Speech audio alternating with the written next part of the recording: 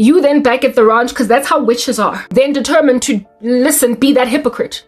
You believe a certain thing as to how people should be. And then when you win people for your rhetoric, when you win converts to your school of thought, you then decide that among those converts is one that gives you a little bit of your run for your money. And so you want to be the only one that makes any sense. You want to convince poor, lowly black people with a typical, like, ghetto, wretched black demeanor. You want to go and grab that lady and gentrify her. But if she already rocks up just like you, a little bit of a snob, a little bit of a gentrified somebody, little bit of an ideological spearheader, a paradigm shifter, you are already a thought leader. When then another woman rocks up that is exactly like you, who also just like you, was in the left, realized the folly and the barbarism inside the left, divorced herself from left thought and then became right-winged, and then started to become a protagonist against right-wing trash, who also was not a pagan, but an unbeliever, who then gave her life over to the Lord. And now she is mixing politics with religion. So as to show people that you, listen, can't carry on like this. And the two are not divorced, because David was a politician in the worst way. Moses was a politician in the worst way. Joseph was a politician in the worst way. Some of the biggest and baddest characters in the scriptures were politicians, so I don't know why. You would want to basically divorce religion from politics. You can't, because God is involved in politics. That's how he heals nations, through their kings. So if you don't care for political matters, then yeah, when a woman then finally gets to that space and realizes it, and so therefore is a P in a similar pod with you, and then you're like, no, listen, I want to grab them wretched and ghetto and gentrify them. I can't grab them already refined, because then on that day, she's going to come and step on my toes. You're competing. You're being a typical black person. You want to go and help only those blacks that are practically bleeding every single day, but not the ones that already got this. That is what Candace Owens is out here doing. This rain is gonna like cramp my style, like in the worst way. It's gonna cramp my style because it's gonna be so loud. Out here showering my roof, but it's okay. We'll speak through it with a very loud voice. After all, we are loud against trash. Yeah. Well, one other crazy thing that Candace Owens is, a woman that looks like that, a woman that has that kind of rhetoric on her lips, a woman with that kind of ideology, out here destroying people of a similar ideology so she can be the only one. That is anti-progress. That is regression. That is, listen, I am trying to proliferate the embedment of black people, but back at the ranch, you want to keep them the same because you're living in a silo. You're living in a silo. You want to be the only one. I like to use this example when I was watching Netflix. When I was watching Netflix some time ago, I was watching The Flash, Barry Allen, that DC show. And in The Flash, you see now it's like raining. I feel like I should move. But let me speak about this and then only we'll move. I did say after all 10 to 15 minutes, right? Barry Allen in the first season of The Flash, or the second, I don't know, one of them seasons, but I think it was the first season. The main villain, the arch villain over there, the lead villain, you know how there is the superhero, so now the super villain? Yeah, the super villain was some dude. This rain, it's interrupting with my acoustics. Some super villain dude by the name of, I forgot his name. But this super villain essentially wanted to destroy the multiverse, like all the planets, all the planet Earths of the multiverse. He wanted to destroy all of them. But he wanted to keep Earth one, and so therefore universe one. Why? Because after all, I gotta have somewhere to hang my coat. Black people with this crazy incendiary sabotagey agenda. Sabotagey agenda. Strangely imagine, right? When Barry Allen asked him, why are you not destroying Earth one? And the guy was like, after all, I have to have somewhere to hang my coat. So he was saying, I need to destroy you, Barry Allen, because you will always be an adversary to me. You will always come up against me, but I can't destroy this Earth because where am I going to live? I need to have an Earth to live on. But then you go and you destroy all other multiverses. You are counterproductive, right? Yeah, that supervillain in The Flash, God uses him time and time again to help me understand what in the world is going on in the black community. We've got all these crazy people that want prosperity, they want success. And they want their own little unique villages, just their villages, their own little corner of the world, their own houses, their own cars, their own children. Only they are ensconced from black defeatism or from the elements of the earth that can afflict everybody. Only these guys. Yeah. But like then to hell with everybody else. To hell with everybody else. To the abyss. And the flaming one at that. With everybody else that needs ensconcement and shelter from the rain. To hell with all other black people. I'm going to be the only one successful. It is a black mindset.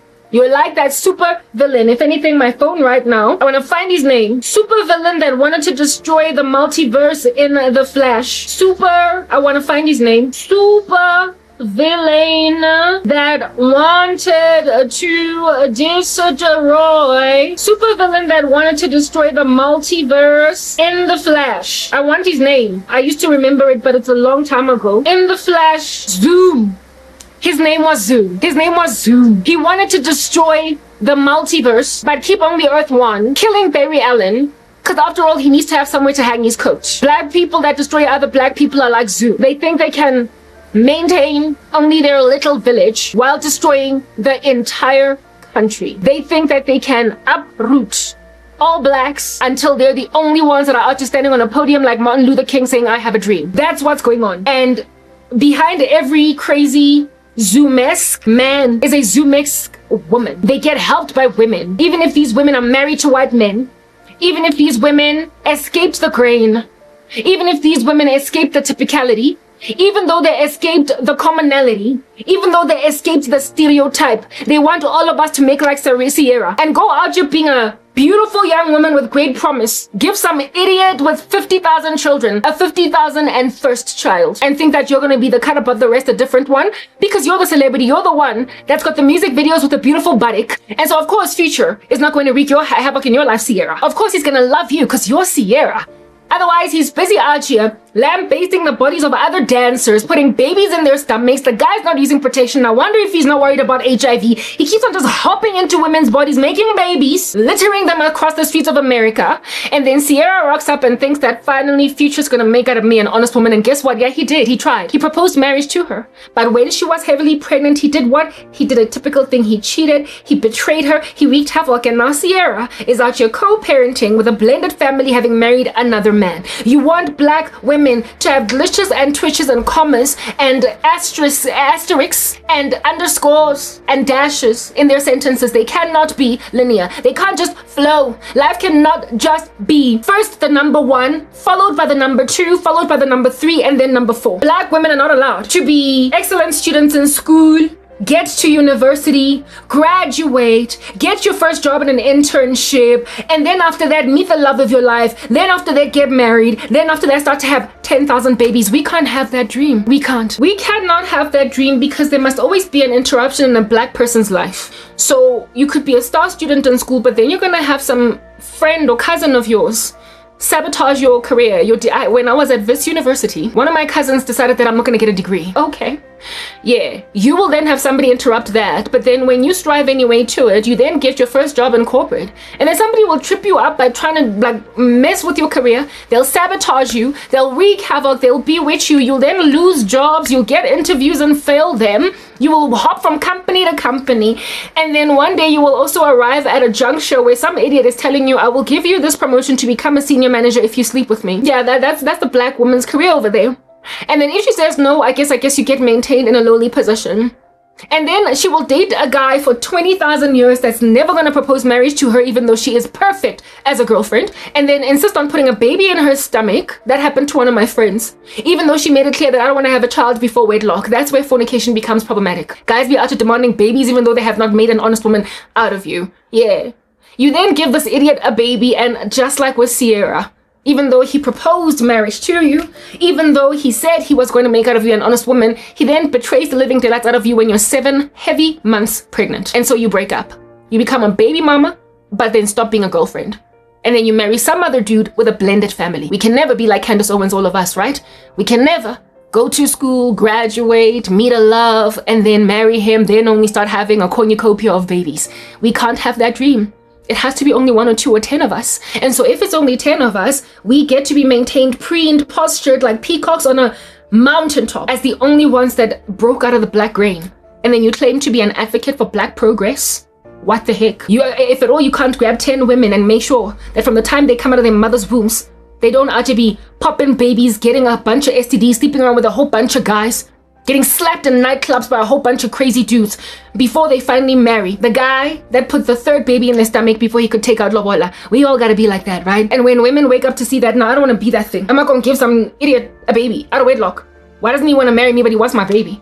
He wants to put a baby in my stomach. Why? When we realize that I want to be a Barbie girl in a Barbie world, wrapped in plastic, it's fantastic. When women make a decision that they want to be Barbie girls and be very typical with a picket fence and 3.5 kids inside a marriage. In the black community, you're like, you're naive. Why am I naive? Because that is God's order for family. That's how he planned it. And if at all the Lord planned it that way, then it means that it must necessarily be his idea to give it to whomever will ask it from him. And that we must reject any cultural nuance that we must reject every cultural nuance that antagonizes that. Anything in culture that says that just do things inside out, like upside down, walk backwards. Anything that says that we need to walk backwards. When we try to antagonize it, we are naive. No, God said strive for that perfection. First and foremost, like he not only said strive for it, he pretty much prescribed it. He said there is no other life, there is no other way. If you live any other way, you're called a fornicator.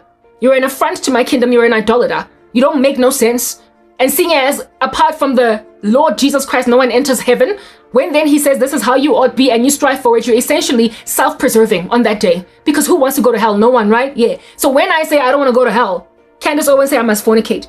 People like her say I must fornicate. Black men says I want a baby. What the heck? Who are you? To come and rock up in the life of some woman's daughter and demand a baby from a womb that you have not taken out damage or lobola for. In the black community, there is this payment for women who pop babies for men out of wedlock called damages. I don't know if they do that in America, but that's a thing, Candace Owens, in South Africa, where a dude be out there paying for a woman's damages. Damages, just like what happened with Shechem, who raped Dinah. When then he wanted to marry her, that was damage control, because he had not sought that woman's hand in marriage from the dad, and then only if she agreed and everybody in the family agreed, put her in the house and then lay with her. He goes and damages her body, and then after the act pays lobo. Just like what in the world it is that Shechem did to Dinah. Black men be out here littered in these streets doing stuff like that, putting babies in girlfriends' stomachs and then paying damages to their family members.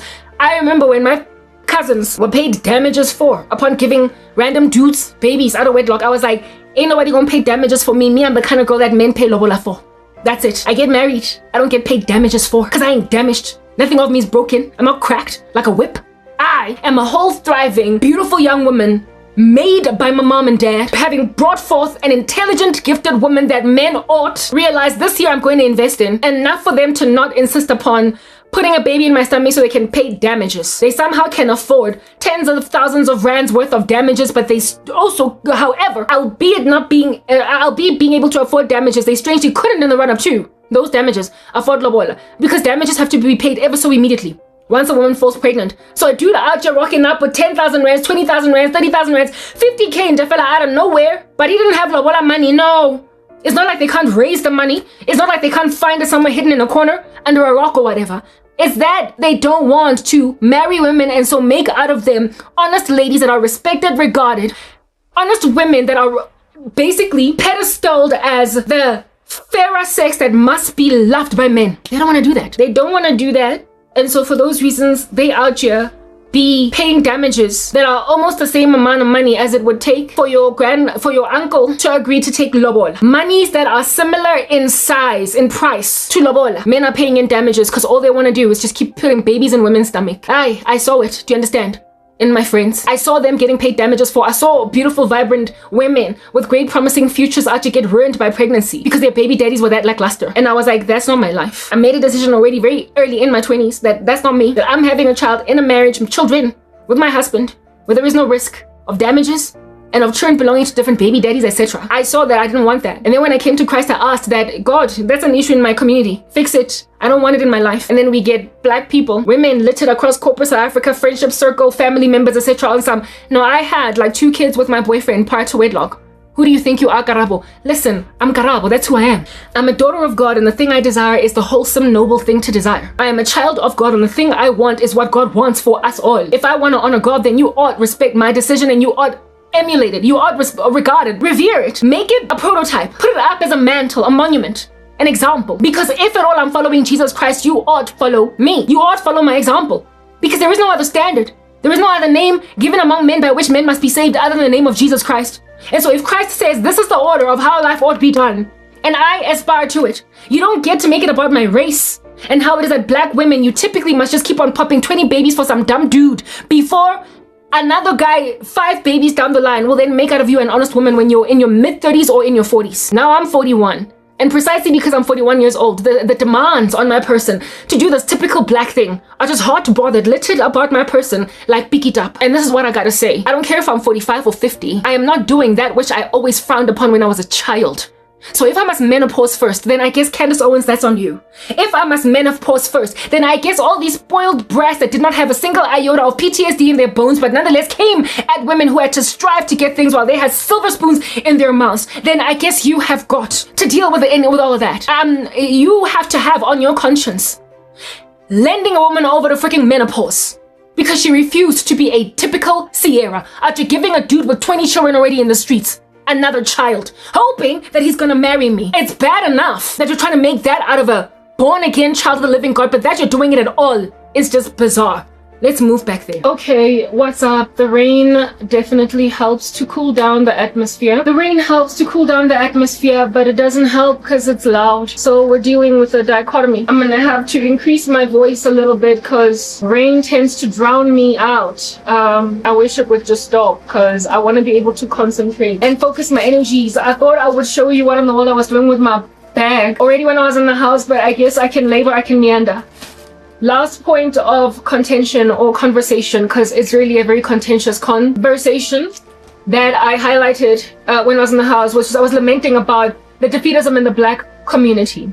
How it is that I just keep getting dreams of pregnancy. Like, people are trying to put a baby in my stomach. And I'm just like, listen, I want to be a mom. I never ever became one of those crazy feminists that basically believed that children were a hindrance or are a hindrance and that women ruin their lives when they have them. I'm not a feminist.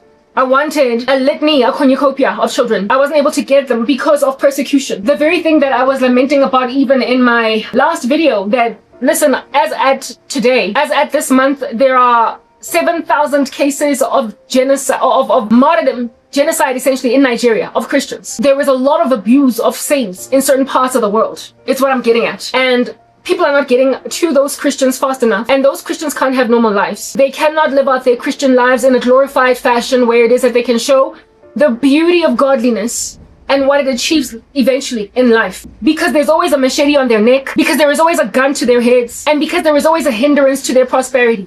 Women there are taken by force and raped, and that's how they bring forth children to their rapists. Rapists of which, of course, are not there to take care of those children.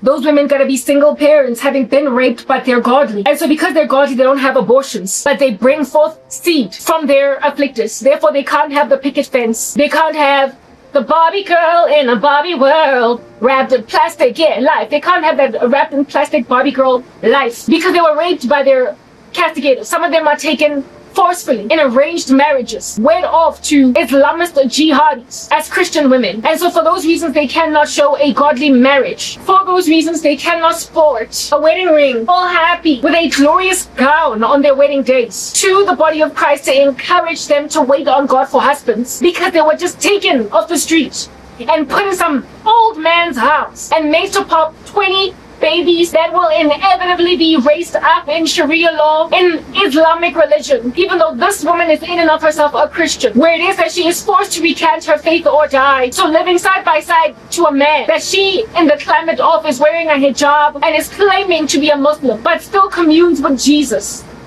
for the sake of her children and for the sake of her continued life. When this man dies, this woman then gives her life entirely over to the service and worship of God, because now she's free. But before then, she was held hostage under Islamic rule tyranny. That's what's happening in Africa to women. They cannot rock up on Instagram and on Facebook and say, look at what Jesus did for me. Look at my husband. Look at what I've been given. Look at my wedding ring. Look at my engagement ring. They're aged, turned 41 as spinsters, albeit having been perfectly eligible bachelorettes, albeit having been perfectly marriable young women, albeit having given their lives to Christ at 21, 22, 18. So they could have gotten married very young. And yet, they've been held hostage by sorcery, by all different kinds of nasty tyranny and oppression to make sure that they can't do anything or go anywhere. Next thing you get, a perfectly marriable 26-year-old woman turning 41 still with no husband and no children. And the only reason why she doesn't have a husband, neither children, is because she refused to marry a man that is not in Christ.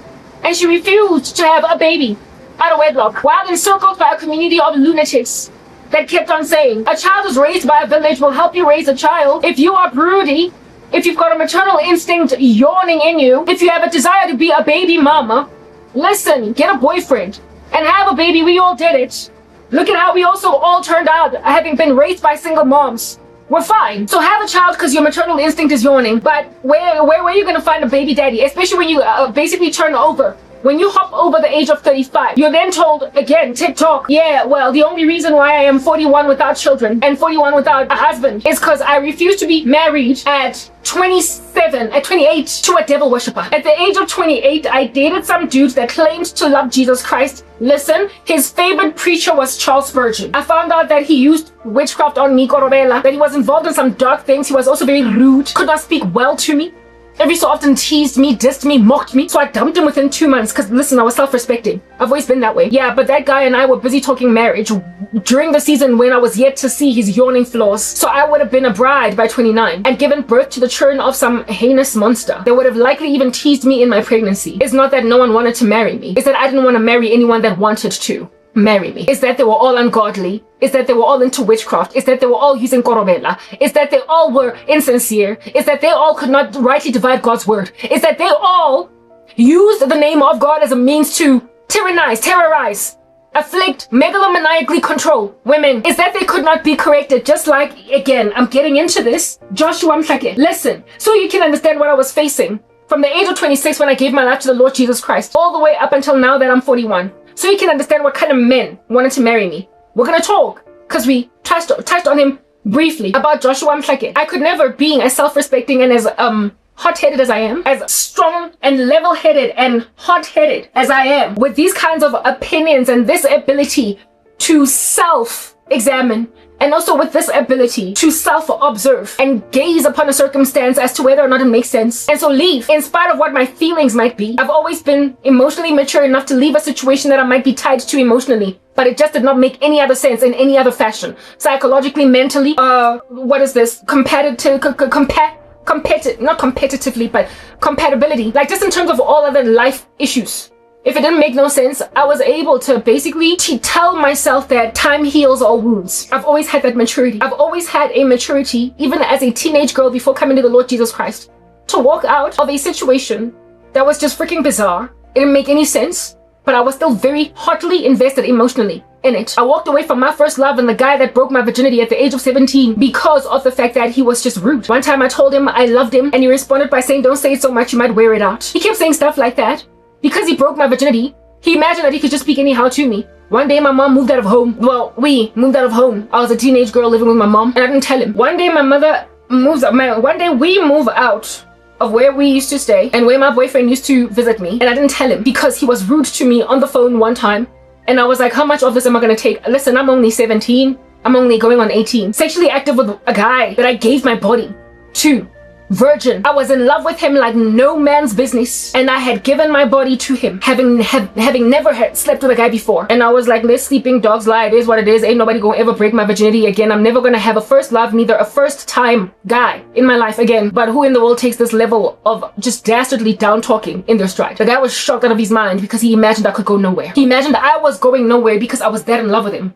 Enough for him to tell me, don't say it so much, you might wear it out. I've always had an emotional maturity to leave an emotionally attached situation where I was very much in there with my heart, but then told myself that time heals all wounds, striving through it, gnashing my teeth as I feel my way in the sorrow of not being with someone I'm very much in love with because you're rude. I've always been that way since I was just a child. How much more now that I'm born again and inspired by the precepts of Jesus Christ? Am I then gonna leave a dude that is obviously unbiblical, ungodly when I've got feelings for him? A man that out here is manifesting verbal abuser now in mild order, but in the future it's going to be in tall order. How much more? So when this little rudeling rudely spoke to me one more time, after just 2 months of dating him, after exchanging I love yous, and after talking about marriage, I walked out and just like my ex-boyfriend who broke my virginity, he was shocked out of his mind. He was shocked. So why am I single at 41? Because I know how to walk, I know how to step, I used the Sam Smith song, one of my other videos long ago when I was breaking into the yoga New Year's Eve this year. You must think that I'm foolish. You must think that I'm a fool. You must think that I'm new to this. But I've been down this road before. I'm never gonna let you close to me, even when you mean the most to me, cause every time I open up it hurts. I'm never gonna let you get my point. And the moral of the story was, I'm way too good at goodbye. I'm way too good at goodbye. I'm way too good at goodbye. Oh no. I sang that song to break into the new year, letting people know that I don't care that you're turning me 41, seeing as I was entering into my 41st year of age. But I know how to say goodbye. I know how to leave. I know how to stay. I know how to move on from a situation that don't make no sense, because I know how to forecast. I know how to draft a model, if you will. A financial model, if you will, as to whether or not something is going to bear fruit for me in the future with a positive net present value. And if at all my financial model is not giving, if it comes back with a negative net present value, even though I have invested money in it to date, even though I've done 45% worth of this project, if at all the forecast that I now do upon reassessing the project, taking stock again in the center of the project, if at all I come to learn that while at the beginning of the project it was giving positive net present value, there are some factors in the equation that I did not enter in that are going to influence the outcomes eventually. And once I input these new factors, if at all then now, because of them, the net present value is negative, even if I have spent 2 million rands in this, even if I've spent a cool billion, I'll let it go. In financial modeling, it's called when you keep on in a crazy situation, even though it is no longer bearing any financial fruit. It's called throwing money into sunken costs. Essentially, you're only taking this to the end because you've already put in so much time. That's why a lot of women in the Black community end up marrying gender-based violence monsters, because they've given them 2 children. Or men that even though they don't beat them up, they're nonetheless emotionally, psychologically, and all the other kinds of abusive. They don't care about their health. They sleep with other women out there and bring chlamydia home. They don't care about this. You have got so many frustrations with a boyfriend, and you insist on walking down the aisle because Black women are always singing that Yemi Alade song. See me see trouble, when are you gonna marry me, oh? See, we've been dating for many years now, you want to leave me for lobola. See me see trouble, you go marry me, oh? Today. Because Black women are always sprinting down the aisle instead of gently walking. They marry boyfriends that they have complained about, cried about, lamented about, but hey, guess what? I've got 2.5 kids with him, and so since he proposed, since he took out lobola, even though for the first 2 children, he paid damages. I'm gonna marry him. And then they find themselves being these miserable wives. Miserable wives. I've seen enough of it in my elders, in my own peers, and in, strangely, the Gen Zs that are coming up. They keep making the same mistakes. And I'm like, as in, I've gone into this, I've seen it for myself. I'm smart enough to do a financial calculation. And if at all I pull out negative returns, honey, I'm not doing it, because I'm not going to be hell hath no fury like a woman scorned. I'm not going to do it. And now look at the very same dudes that I walked away from because what am I going to do with you? Look at how now today they're trying to make out of me a mistress, a side piece, a concubine. Look at how they're now today trying to make out of me a mistress, a side piece, a concubine, something that is a jump off.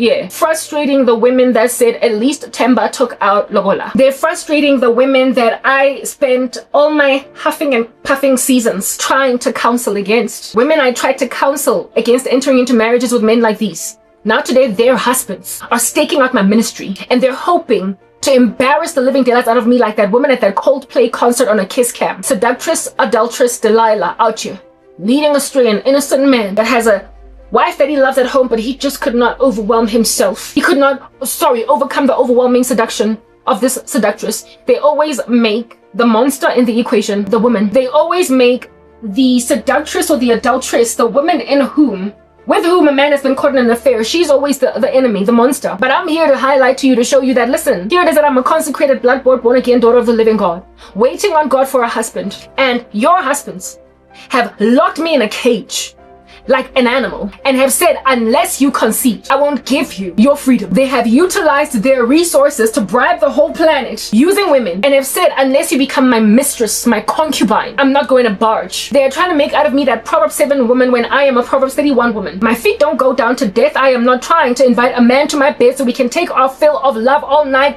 on a bed that is sprinkled with spices and myrrh. I am saying I don't want you. I don't want you. I keep on telling your husbands, get out. I'm holding a rifle, a handgun, and a bomb, a landmine is at the perimeter of my grass, my lawn. So these nasty men can't come in. Whole bunch of them have been disembodied just by simply trying to enter my yard. And I'm like, get out of my house, I don't want to be with a married man. And then they're like, they are staking out my ministry, waiting for me to finally capitulate, give up, essentially be so afflicted with pain, in spite of how berated I am, that I will finally just accommodate, because after all, I don't have time. I'm 41. I am the one rejecting your dastardly husbands. Do you understand? And yet you're the ones that are insistent upon me. But every time a woman gets caught in a hotel room with some dastardly beast, it's always the girl that seduced him. She's the one that slid into his DMs. She's the one that couldn't resist his that could not exercise self-control. She's the one that essentially licked his cheeks like he was ice cream, until the wife stood no chance. They make women look like Delilah. They make women look like the seductress. If men, however, have got power to make sure that a woman goes nowhere unless she becomes a mistress on that day, are your husbands not the ones that need desperately to be put on a leash? I'm trying to show women that the counsel I gave you years ago, you didn't take it. And the thing that you were always lamenting against as a girlfriend, now it's become a hairy beast now that you're married. And the problem is being evidenced because God is taking up the cause of women. Remember the other day I sang, ever so briefly because I don't know the song, just using small little parts of it. This is a man's world. In my video I spoke about how it is that this is a man's world. It indeed is. In the garden when Adam and Eve fell, the Lord said that Adam, from now on going forward, you are going to try to rule Eve. You are going to rule her. So essentially you're going to want to lord it over her with an iron fist. You will not care for her opinion, and whatever she wants to do, you're going to say, but listen, my mind is made up. I've made a decision, run with it. But Eve is going to love Adam so much, her judgment was that your desire will be for your husband. That even though this guy is unreasonable, she will nonetheless abide, she will concede, she will take his nonsense in her stride. That is the judgment of men and women when they don't know Christ. That is the judgment on men and women. That's what is going to finally bring the end of the world on board. Just this clash of the titans, if you will, otherwise known as clash of the sexes. They will reach such a recalcitrant nth degree that the world must be ended. It is as a result of the rebellion of men and women on the ground that the world ends at all. It is because women want the masculinity of men in the end that the world ends. And it is because men refuse to walk in their own manhood. So we get a very effeminate body of men and a very masculine butch body of women. And in the masculinity of women, they are literally as harsh and as forceful as men can be when they're in an abusive relationship with a woman over whom they're loading it over with an iron fist. And men are not muscular enough, man enough to essentially intervene where they ought to intervene. So the effeminizing of men and the masculinizing of women then brings the world literally to its knees, refusing to maintain the patriarchal strength in favor of a matriarchal travesty. That's what eventually happens. And we see it littered about these streets. So therefore, women will insist upon a very ugly, unprotected, self-leading, self-elevating, and self-propelling archetype of a woman, while men will be standoffish pertaining the sorrow of women. They will not intervene. Because of this lack of intervention, everybody is going to be a law unto themselves, and they will do what is right in their own eyes. As a result of doing what is right in one's own eyes, there therefore then becomes on that day what we call anarchy across the board. And anarchy is what ends the world. According to God's word, the last days are going to be like the days of Noah, where the thoughts and intentions of men were evil continually, and there was violence all across the earth.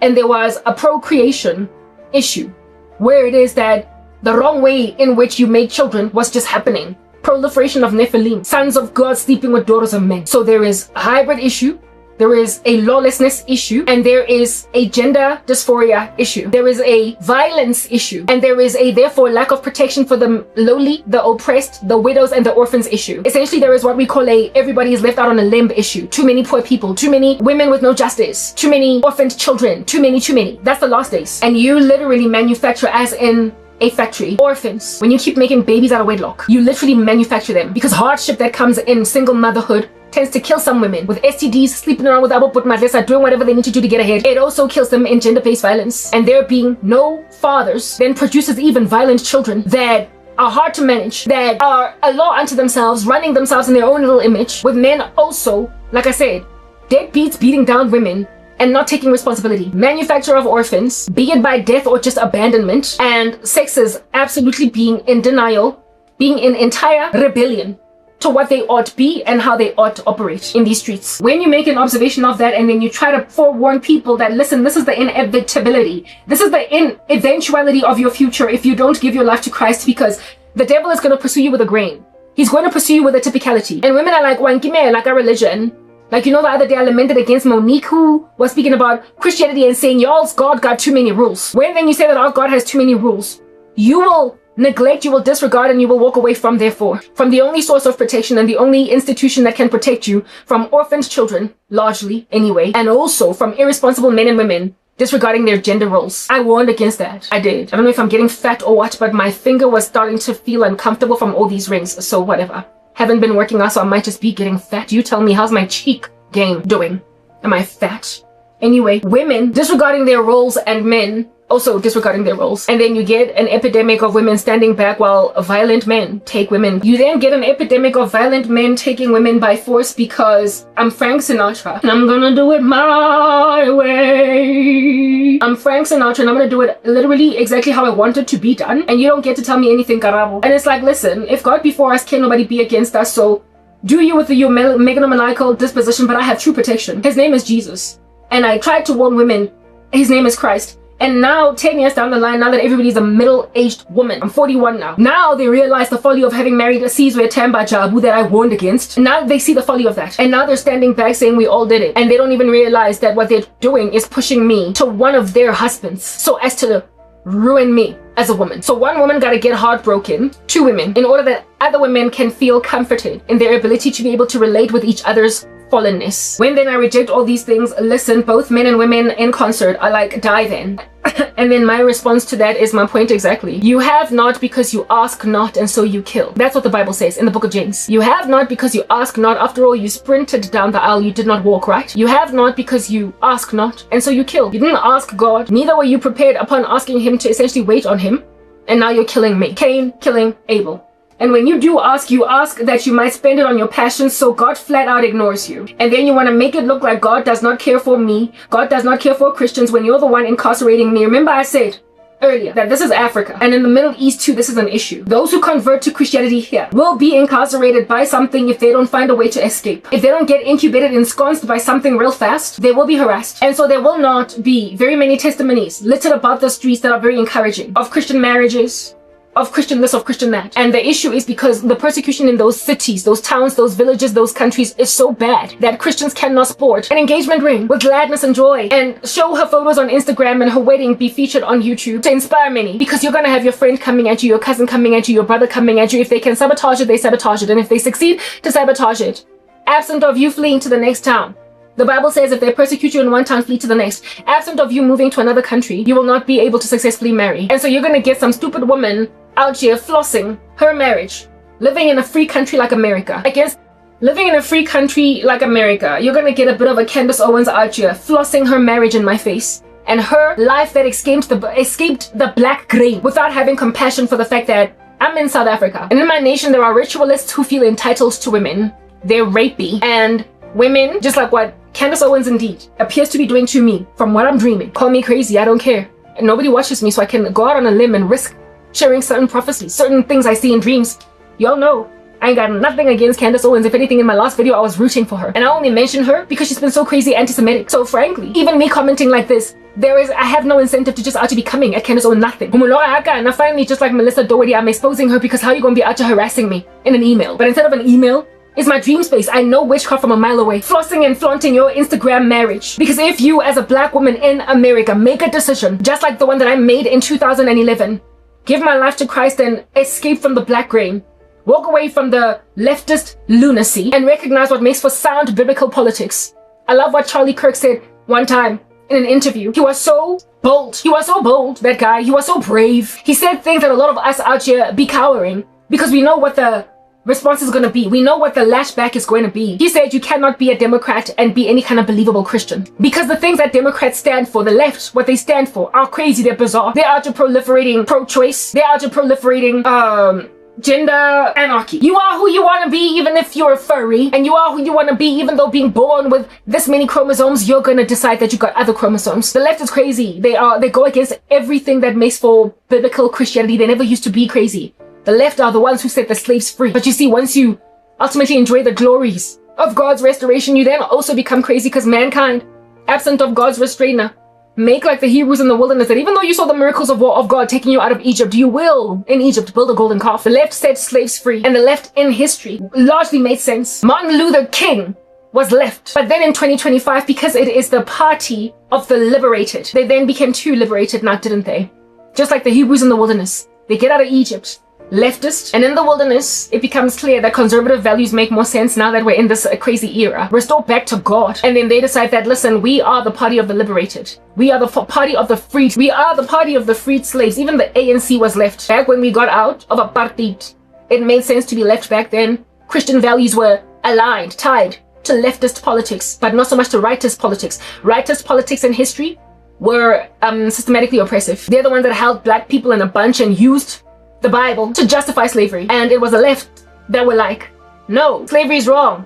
Set free your slaves. Let people have liberties. Let women vote. And then after they got given all those freedoms and won all that respect, and they won all these numbers of people that were liberated by them, they then took it too far. That over and above setting women free to vote, set men free to sleep with men. Even though already in the 80s it was clear that the epidemic of HIV commenced in the homosexual community. You would imagine that thanks to that community starting this thing that we should not be trying to punt it, we should not be trying to push it down people's throats, but instead the left is the one that were like, listen, we are the party of the freeing of people. We're gonna free the gays, even though they're the root cause of HIV. Okay, yeah, no, the same thing then is still happening today, where they're getting more and more extreme, more and more extreme with freeing people to be who they want to be. Now, pedophiles are apparently acceptable. Now, this, yeah, you get my point, right? You enter into freedom space, and in that free space, you build a golden calf. That's what it was like in South Africa as well, right? After apartheid, we came out of apartheid with largely leftist politics. We got set free because every person is made in the image of God, and we are to roam freely. We are to work by the sweat of our brow and get honest salaries. It made sense. Retribution, restoration, affirmative action made sense at the very beginning of the end of systematic oppression. But then when you just linger and it becomes when you just linger it and it doesn't end, and now you're an affront to white folk, then that's when rightist politics now starts to make sense. Listen, why in the world under heaven are you so determined for your affirmative action 27,000 years after apartheid ended? Why are you still not with a meritocracy? Why, now that it's been all these years down the line since apartheid ended, why are you not allowing now the economy to recover, to bounce back, to re-energize, seeing as we're a rainbow nation? And we all get that slavery is wrong. We all get that different bathrooms are wrong. We all get that different beaches are wrong. But what's also wrong, it's denying white people jobs because of their skin color. Like, wait, like, and I keep on lamenting about that. So that is literally exactly what is going on over here. And so I started out leftist because it just made sense to be that way when I'm 41 years old. I grew up at the end of apartheid. Of course, being black, I wanted to be free. Everybody in the black community wanted to be free. Everybody loved Mandela. I wanted to be free. And I no longer wanted to be frowned and looked down on because of my skin color. I was just a child, but I knew that the politics of the time made sense for me to belong to a certain side. It made sense to be an ANC fan or advocate or follower in 1989, but then it stopped being fashionable in the year 2014, 13, 12, 11, 10, 9, 8. It started being problematic to hold on to ANC, because that's what happens when you free people from slavery. They become greedy and entitled, and they forget the God who split the Red Sea. And that's exactly what's happened. So, of course, just like Candace Owens, I moved away from the left and over to the right, because the right was now complaining that, okay, listen, it's been, 50 years since stuff ended. It's been 70 years. It's been this, it's been that. It's been 30 years. And you're still hurting us. And black people, I saw an unreasonableness in them. I was like, whoa, dudes. And on top of that, you're entitled. Now you feel as if the white people must grovel at your feet. They must kiss your toes. They must eat them like Kit Kat. What are you doing? You're rude. These are people that live in our country. They're citizens. And it's gotten so bad that now in my country, we've got literally white refugees that have left here to live in America. Bizarre. We had black refugees in the days of apartheid living in other parts of Africa and in America. Miriam Makeba was a black refugee in America. And now we've got white refugees in America. I was like, how did this happen? Yeah, that's what happened. When you don't have righteousness, when you don't see when something needs to now end, when something must stop, when it must simmer down, because now you've retributed and now you feel entitled because you want to sit your lazy bump down and just get fat and continue to be fed by the struggle of your mom and dad who are now 6 feet under. And it's been a good 20 years since then. You still want to get fat from unjust laws because they start to become unjust as time progresses. There was a time when they were just, but then the bell curve hit a plateau and started to plunge downwards. And so therefore now we need to change our focus. Adjust the narrative and the rhetoric to fit the times and fit the progress we've made up to now. And so you find a whole bunch of people moving over to the left, and of course within the black community you're now given, listen, if I was in the US, a nation that is free, when then I made my mind up in 2011 that I want Jesus, because I noticed the curve, the turn, the plateau at the top of the parabola. I noticed the crazy of black people. I was a black woman having been raised a particular way, bit of a pivotal age, because apartheid was just ending when I was just a child. So I saw a little bit of it, but not enough to have PTSD from it. Pivotal age. Yeah. The law of God, it is written in his word that the Lord puts his law on our hearts. So essentially our consciences defeat us from the very get-go. Our consciences give us a run for our money from the very get-go. So even though you may have been raised a particular way, When something is wrong, it's wrong, it's wrong, right? When something does not make sense, it does not make sense, it does not make sense, right? When I became a young woman in her early 20s, having come, of course, from teenage years where everybody was largely unpregnant, everybody largely considered pregnancy a taboo.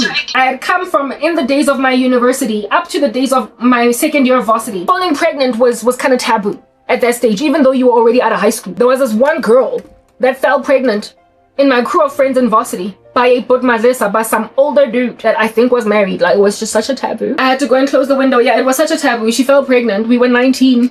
While that's old enough to have a baby, I mean, for as soon as you can basically have a baby, when you have one, it shouldn't be taboo because that's how God made it. But some ages are just young and everybody was largely unpregnant. We also had, in my high school, we also had a fertile Bertle. My cousin and I used to call her fertile Bertle, even though my cousin was in another school. I told her that there's a girl in my high school in matric that's writing her examinations in the principal's office because she's heavily pregnant. And my cousin was like, ha ha ha, your schoolmate is fertile Bertle. Fertile Bertle, because she saw it on some show on TV where some young pregnant girl that was still a teenager was called by her guy friend Fertile Bertle. So my cousin called that friend of mine, no, she wasn't a friend, she was a student in my school, Fertile Bertle. So I just started calling young women that fell pregnant too young Fertile Bertle, because she's just fertile. Busy having babies all over the show while all of us consider it taboo. So there was a fertile Bertle in my high school, and then there was also another fertile Bertle in varsity who at the age of 19 fell pregnant by a much older guy who was, I don't know if he was married or what, but he was just like messing with a university student. It was still kind of taboo to be falling pregnant then, especially considering largely most of us didn't have cars, we didn't have careers, we didn't have money, so it was just like, who is going to pay for that baby? I guess her baby daddy, right? Yeah, type establishment thing. But then when I turned like 21, 22, all of a sudden I started noticing a change where it is that it stopped being taboo to fall pregnant. If anything, people started making it fashion. I'm looking for stuff to moisturize my lips. And listen, it's black culture. Black culture. Yo, there are consequences in life of certain activity early. Ne? Yeah. I started noticing when I was around 2021, 20 years old, 21 years old, not very long ago from the days of Fertile Bertle, the mockery. I started to notice that my peers were literally planning pregnancies. They were planning babies. My cousin at like 22 actually got broody, yes, and started buying baby magazines. And even though she was unstable in her career and her baby daddy didn't have a job, they literally planned a baby. She had a baby in a public hospital with no medical aid, and they ended up living in a back room at the guy's house where his parents stayed. And this was not the first time something like this happened. There was a friend of ours that some years ago, this friend was a few years older than us. She was perhaps older than us by 4 years. And this chick, when she was about 21, 22, had a baby with a guy, and because nobody was financially stable, they ended up living in a back room at the back of the house of the guy, the parents of the guy. No one was married. That's when I learned of the term, or the principle, if you will, whatever, of damages, because now it was within our annals for us to be talking such conversations, because so many of my peers got paid damages for giving guys babies. I started noticing when I was around 2021 that people were not so much in the black community around me, my friends, etc., gunning for excitement and anticipation of marriage now, because we're getting older. We're graduating from university, we're entering our first jobs in corporate. No longer were people buzzing and excited now. So like when you're in high school, you're buzzing and excited about matric dance, that's what you're planning, right? What dress are you gonna wear? Where are you gonna get your nails did? And then once you're out, once you're in matric, you are bustling and excited about varsity. Yeah, but then when you graduate varsity, you're like bustling and excited about, oh, I met a guy and we're getting married. And I've got my first job in corporate. I noticed in the black community in particular, because I went to a multiracial school and a multiracial university, that there was a weird order of events that didn't make sense and that was not there in other racial demographics. I had a lot of Indian friends in high school, a lot of white peers in high school, and in, of course, what is it, like a corporate South Africa. And then once I was a Christian, I had quite a few white friends as well because of the faith. But when it comes to friendships, like as in people that I hang with, that I talk with, that I call every night,